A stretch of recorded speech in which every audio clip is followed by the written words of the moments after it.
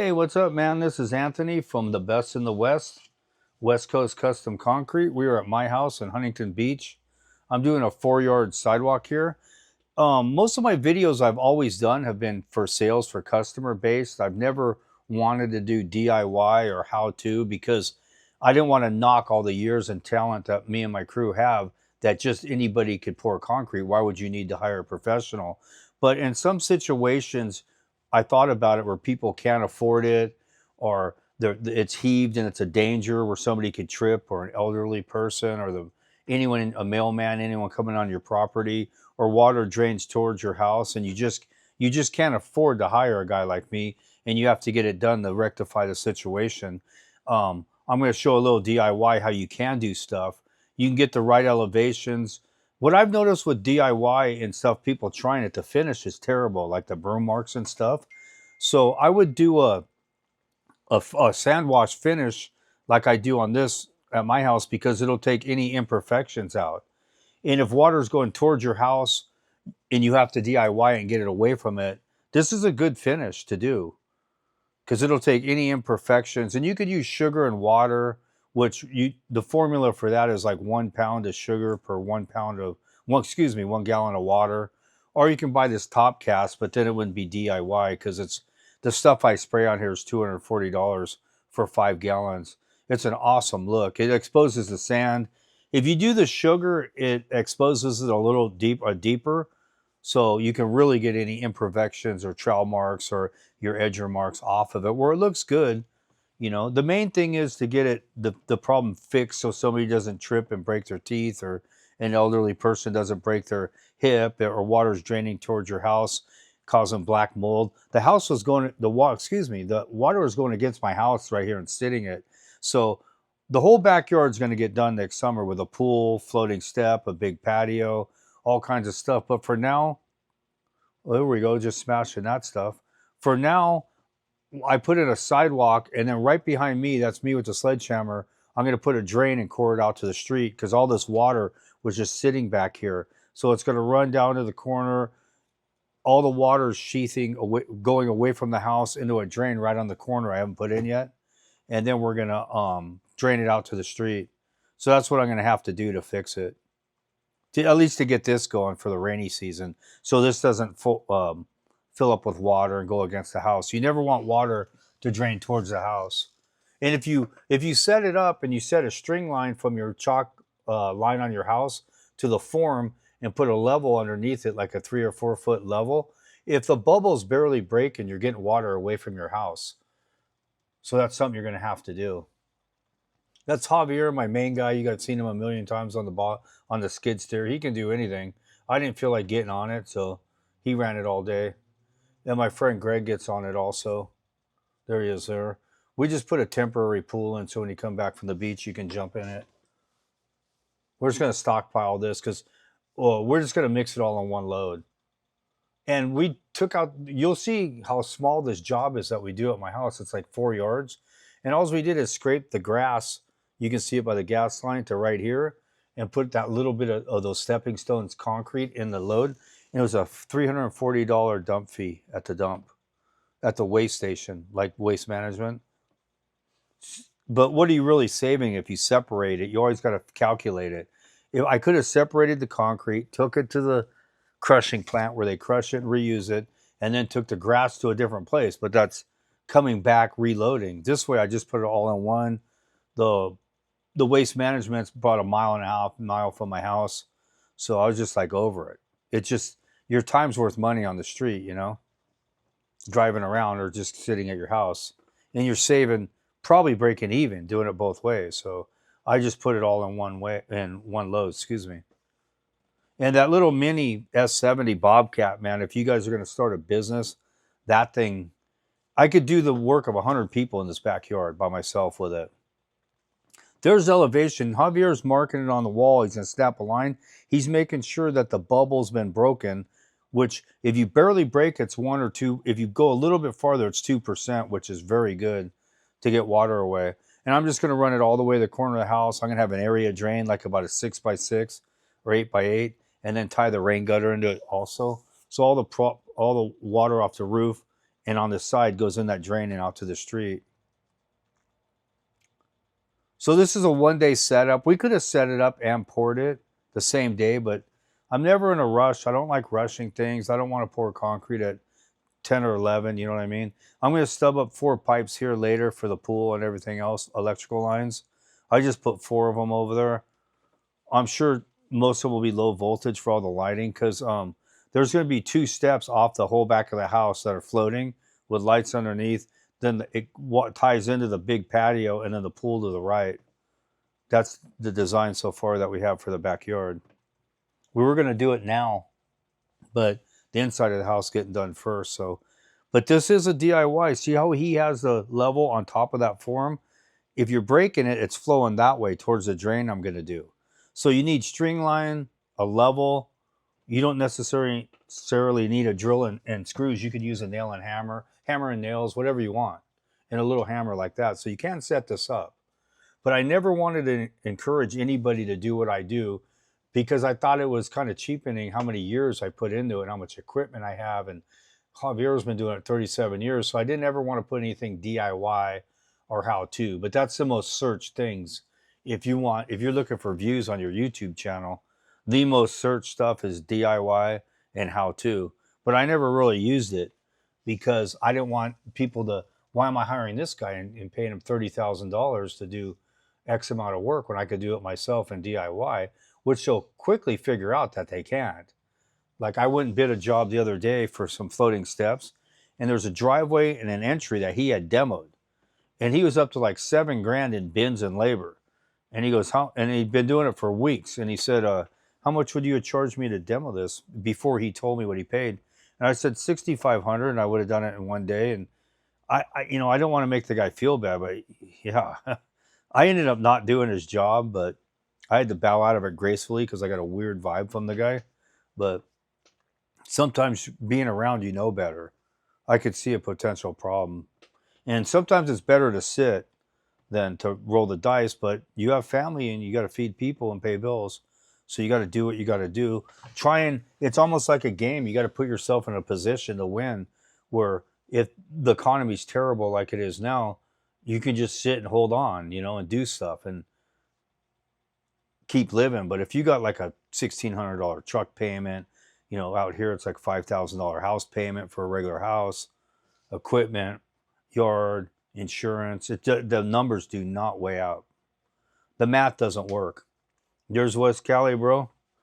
I have my concrete plate coming, West Concrete coming. That's going to be on my hot rod, the West Cali plate. I just got it early so no one would have it. I'm just measuring this out to see how many yards of concrete. You never know. It calced out to 3 1/4. I ordered 4, and it was actually 3 3/4. There's only a 1/4 yard left. And here's a new thing I did on my shout out to everybody's got to go check out Sydney Ray 05, who does all this amazing editing, my daughter, for me. The Ladybug on Instagram. Make sure you check her out and support her. She's an awesome person. She does a great job for me. I took all the hose off and I bought this indoor-outdoor carpet. I opened it up and everything's so clean and organized, and I just fold it back over for the rain or the weather because the sun is just blistering, ruining my hoses. And the system now to buy all new hose and all new clamps, reducer, hook, and everything, probably about $10,000. And when I used to buy it, it was $3,000 for the whole system. So I'm out of touch. And when you go there to buy hose and stuff, as you can see, I bought some new hose. I said, "You're charging me for a 50-footer, bro." And he's like, "No, that's for a 25-footer. I was like, "Wait, what? Those ones? Those are 25-footers. I bought them at TA Pump in Stanton, which those guys are as honest as they come." And I was like, "Dang." And he just like shrugs. Yeah, it is what it is. Buy it or don't buy it. That's what I like about those guys. Shout out to TA Pump. They always take care of me. So I'm rolling this out. These green hoses are really nice, and you can bend them any way you want, and you can't kink them. They're just heavy. So in a 50-foot roll, that thing would be a nightmare. It'd be like the old Goodyear hoses I used to use that were just heavier than crap. So if you want something very sturdy and you won't kink, and you can put it up over the forms or over walls or anything and not kink it, that green line is pretty good hose. It's just a little heavy, but in a 25-footer, you're good to go. Here's my concrete pump. This is an Olin 545. They're out of Huntington Beach also. They've been there forever. That TA pump and Olin pump are the two top pumps. TA used to be in Huntington. Now they're in the city of Stanton, which is like 10 minutes away. Olin's in Huntington Beach. I'm just setting this up. Getting ready to pump this down. 4 yards is like barely getting out of bed, you know. You don't need any laborers. You don't need anyone. You one guy with a board, screed or rod board, whatever you refer to it as, and that's it. And just lifting the rebar as you go. We had to put plastic up on this. Normally, I never do because we don't splash. And if we do, we have a little sprayer. We just spray it right there.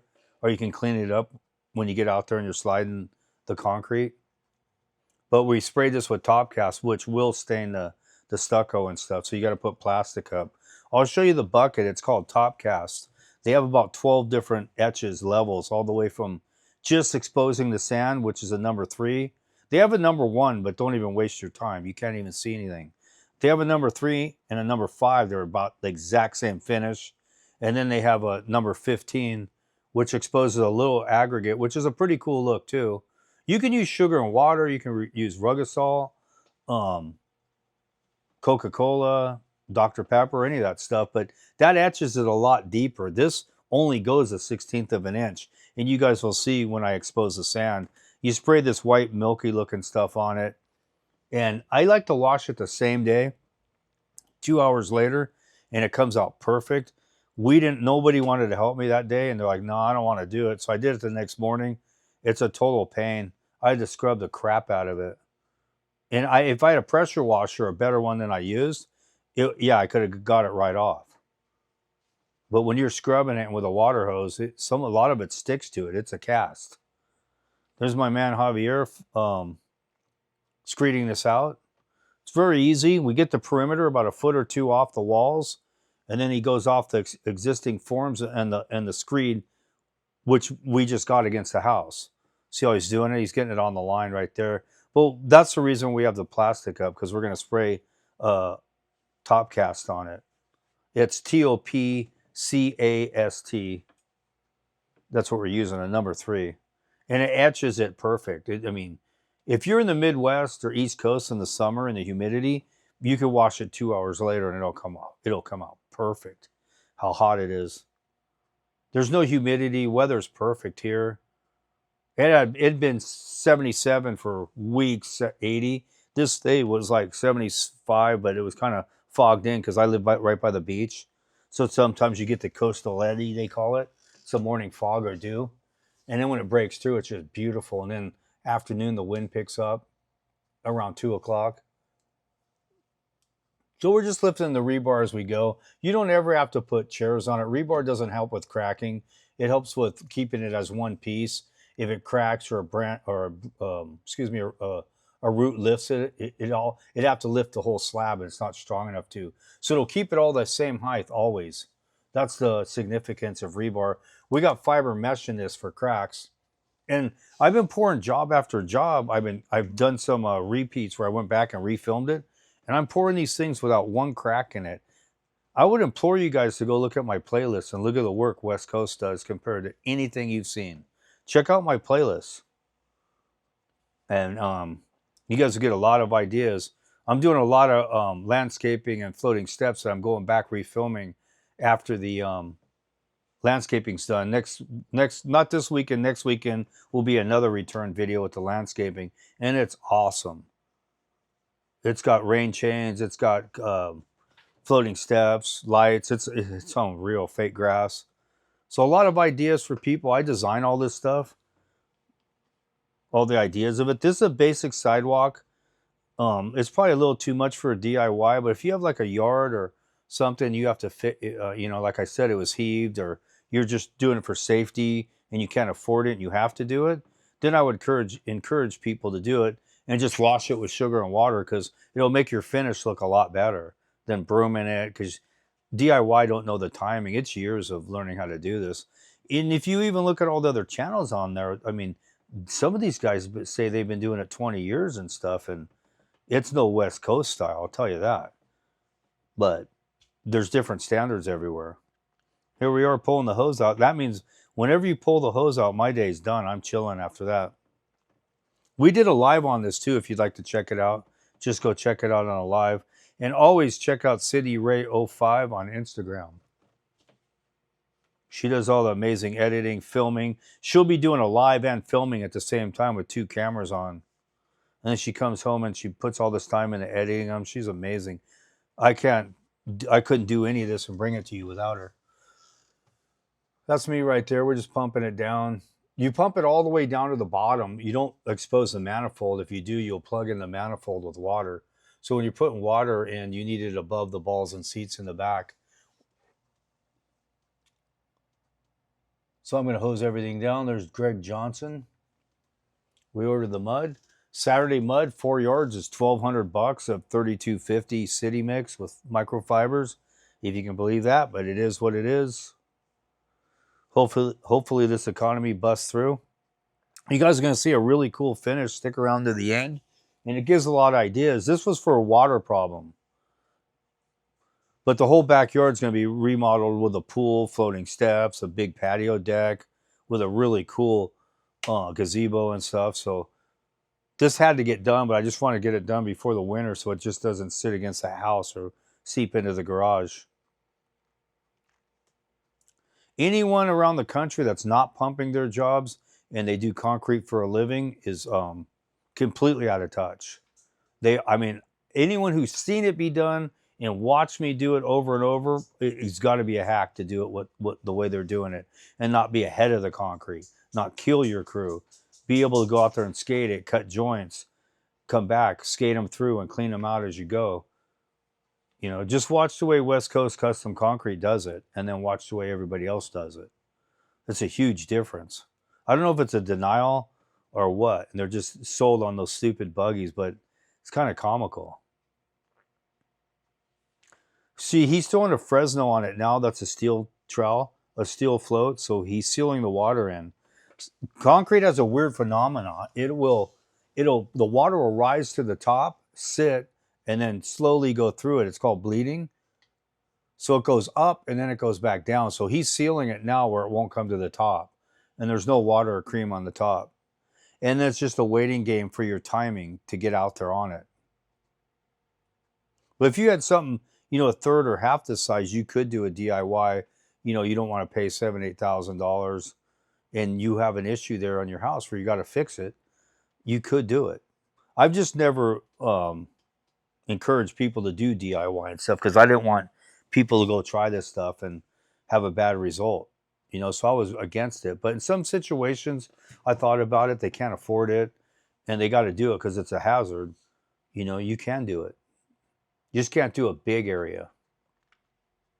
There's 4 electrical lines we've stubbed up and we just put it past the form and we'll hook to them later. So we're going to be getting a new gate, new everything. There's Loverboy there. He's helping with the live. We did this on a Saturday so he could come. There's that new green line hose. Check out the transitions on the, I can't talk today, on the editing are awesome. But now the sun won't kill my hose. And what it does is it makes it so brittle where you go to pull it while you're pumping, the thing will kink in your hand. And if you kink it, it'll whip. Super dangerous. And you don't need compressors, air compressors. The way these guys blow these hoses out, the concrete plants have to wash out in a pit anyway. Why do they care if you wash out in the back of their truck? I see these guys using these compressors and sponges and blowing it with air on the property, and then you got a hopper full of concrete. I would not even want to pump concrete. It's hard enough as it is. Now you're going to put this shit on me? I'm over it. It makes no sense. I'd walk right into the ready mix plants though, and I would talk some sense into them. And let you wash out in the truck with a hook. It's just 90 gallons of water. They've already got leftover concrete that they have to wash out anyway. Maybe they're loading on top of it. That's why. Everything's computerized out here. It used to be weights and measures where they could do that. And if 2 yards come in at 7 in the morning, it could half a yard could still be on the 1 o'clock job, and you're like, man, this stuff's screaming hot. So you know they didn't, it's not fully batched, it was from earlier. But now they really can't do it with the computers and stuff. But maybe that's why other states don't want you to wash out of the truck, because they're loading on top of whatever was on there. I don't know. But if it's color, you got to wash it out anyway. So why not let people do it? Because with a pump, you're way ahead of the concrete. You're never behind it. We're so far ahead of this, we're just waiting, you know? Like people ask me all the time if we use retardant or this or that. I'm like, these guys want accelerant in the summer, 1%. No, we don't use it. But if you're doing floating steps, other people that aren't as good as us, and you're trying to get to that level, I would put 1% in on the steps, because when you peel it and face it, it just peels perfect. These guys don't want it. I did it one time in one of my videos and they weren't happy. And they said, hey man, Javier told me don't put retardant in it anymore. And I said, all right, dude, I won't. And this is a 3-part product. So you have to shake this stuff really good, and do not leave it in the sun or a lit area. Put it in your garage in a dark spot. And you have to shake it really, really good. I turn it upside down and let it sit for a while, and then we just shake it. And that 5-gallon bucket will do 800 square feet. And the heavier that you put it on, the better finish you're going to have. But if you're DIY and you want to take out the trowel marks and not have an ugly broom, you can use Coca-Cola and just shake it up and spray it on it. Dr. Pepper, or any of that, any kind of sugar, or sugar and water, and spray it on, leave it for a couple hours, hose it off and broom it. And you'll have a really nice looking even finish. And if you have those edger marks around the perimeter, it'll take it out. So this not necessarily 4 yards is a DIY, but you could do a yard and a half like this, and just use the sugar and achieve the same finish we're going to do. Because once you start putting the price up and the concrete and the labor and doing it all, and then buying this top cast, you know, the idea is to try and save money. So you can use sugar. So we're going to put this on heavy. I like washing it the same day, but no one wanted to do it, so I did it in the morning when I woke up. You guys will see it. And I did some cool samples that I'll be showing of glow-in-the-dark rock, glow-in-the-dark sand, stepping stones. And I seeded the rock. It looks like glass. They have a half-inch rock, an eighth-inch rock, and a quarter-inch rock. And I seeded it in there on the stepping stones, and it glows at night. It looks amazing. I just did them as samples, you know, like 3x2s. I did 3 of them with 3 different glow-in-the-dark sand rocks and these flakes. It looks cool. I'm going to show a bunch of videos of it. So all the DIYers and how-to, if they want stepping stones with glow-in-the-dark stuff in it, it looks amazing. That's the finished there. I mean, the finished product. All we got to do is wash it. And here we are the next day. Normally, I have this pressure nozzle that I couldn't find in my garage for some reason, and it comes right off with it. But if you get too aggressive with the same day with like a 3,500-pound pressure washer, you could blow up chunks off of it. So you got to be careful. He came out with this rinky-dink. Look at that pressure washer, dude! It was electric. I was like, oh my god! But it took us an hour and a half to scrub it. But the result is just amazing. It's my favorite finish. In any perfections, not that we have any, it'll take it out. There it is right there. Look at that finish. It's incredible. I absolutely love it. It exposes the sand. You see how clean that looks? Saw cuts would look good on it too. We just like to hand join it because I don't want to come back the next day even though I live here, but I'm just on regular jobs. Top cast with saw cuts looks awesome. Look at that. See, it exposes the sand perfect. That's an amazing look. You can achieve that with sugar and water or soda. So if you're a DIYer, do that. Look at that transition. Wham!